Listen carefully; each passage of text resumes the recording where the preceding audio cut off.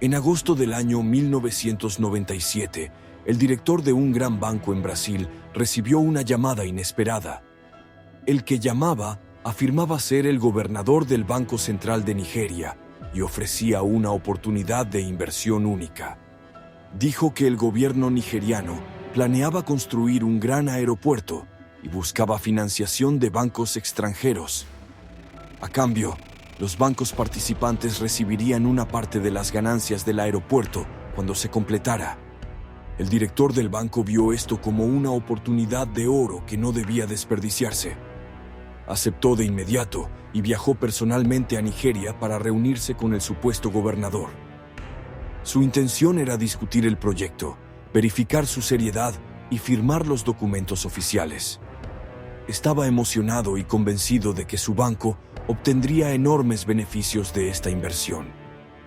Al llegar, le presentaron una propuesta completa sobre el proyecto.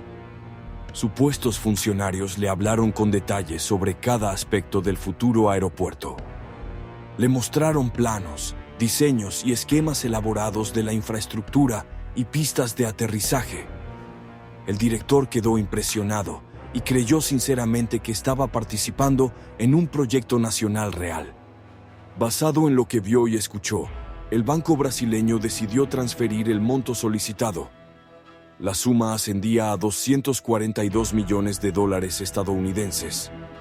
Pero pocos días después, empezaron a surgir sospechas en la mente del director. Finalmente descubrió que había sido víctima de una gran estafa. No existía ni aeropuerto ni gobernador. Las preguntas comenzaron a surgir.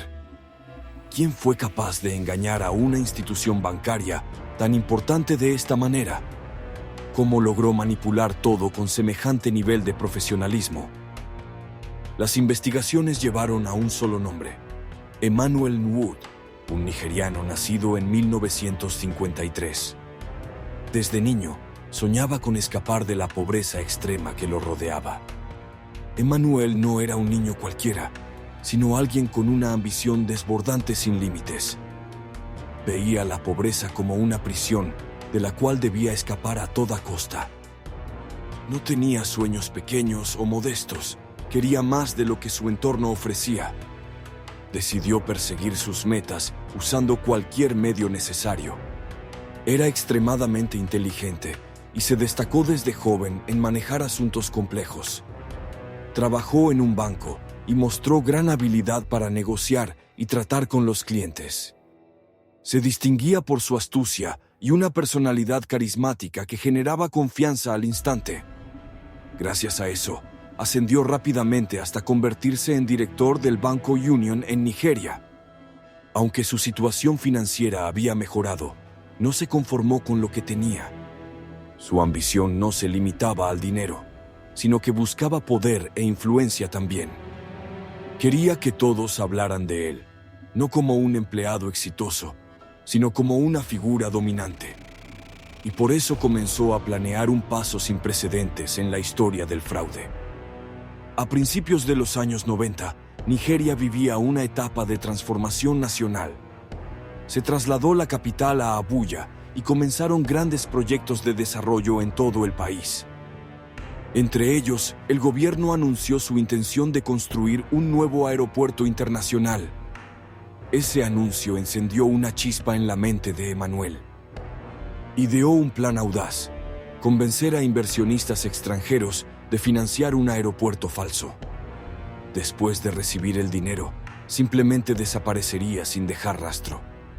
Pero comprendió que un plan de esta magnitud no podía ejecutarlo solo. Así que reunió a 5 personas con experiencia en el sector financiero y bancario.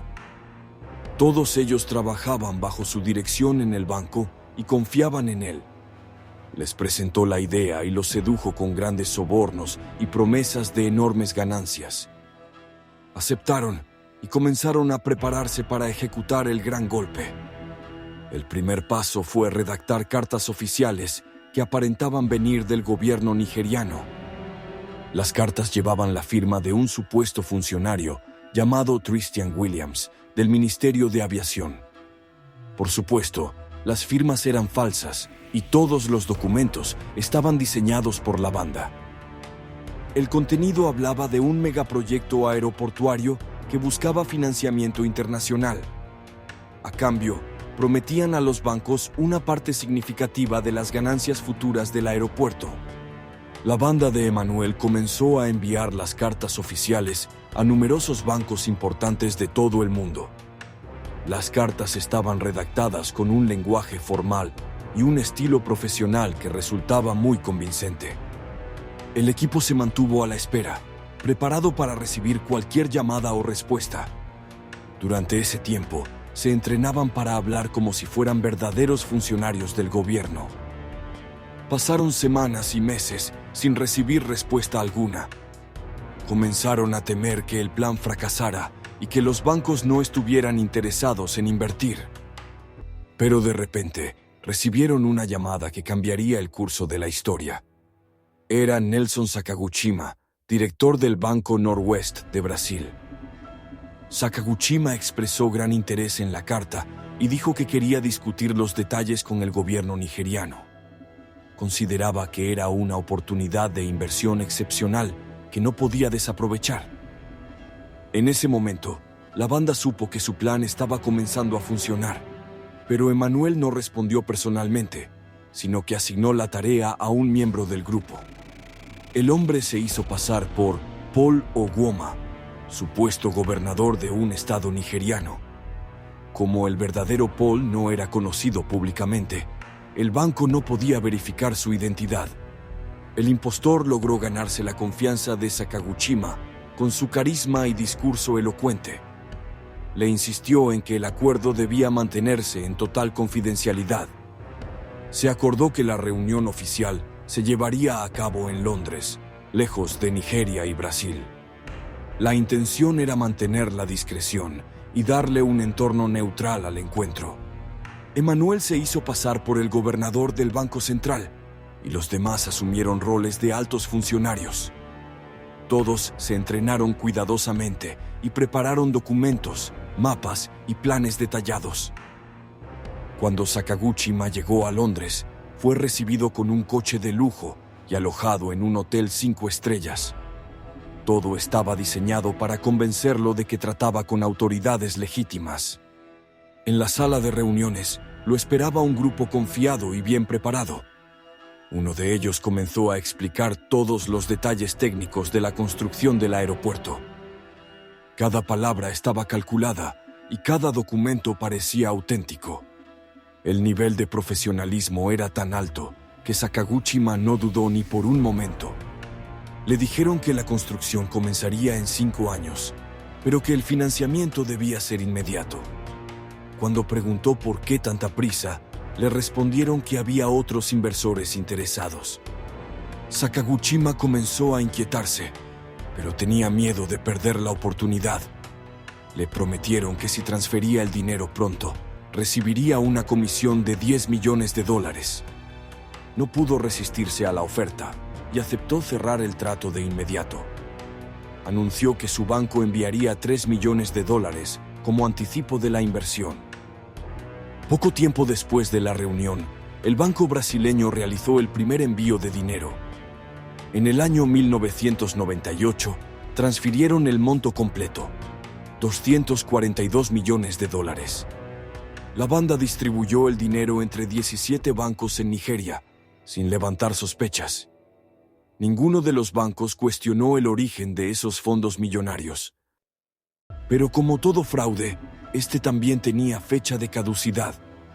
Jimmy López, uno de los directivos del Banco Noroeste, revisaba las finanzas antes de una fusión con un banco español. Durante el análisis, notó que faltaba una enorme suma de dinero sin justificación. Comenzó a sospechar de Nelson Sakaguchima, el responsable de las inversiones bancarias. Lo convocaron de inmediato y mostró signos claros de nerviosismo e inseguridad. Jimmy le exigió un informe detallado de todas las transferencias realizadas en los últimos 3 años. En el reporte apareció la transferencia a Nigeria como una de las operaciones más destacadas.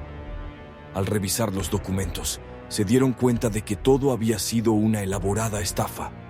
La junta directiva del banco contactó con Interpol y se inició una investigación internacional.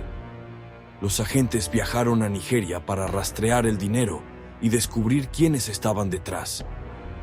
Al principio, los bancos nigerianos se negaban a colaborar con las autoridades, pero con la presión internacional, finalmente revelaron las identidades de los titulares de las cuentas.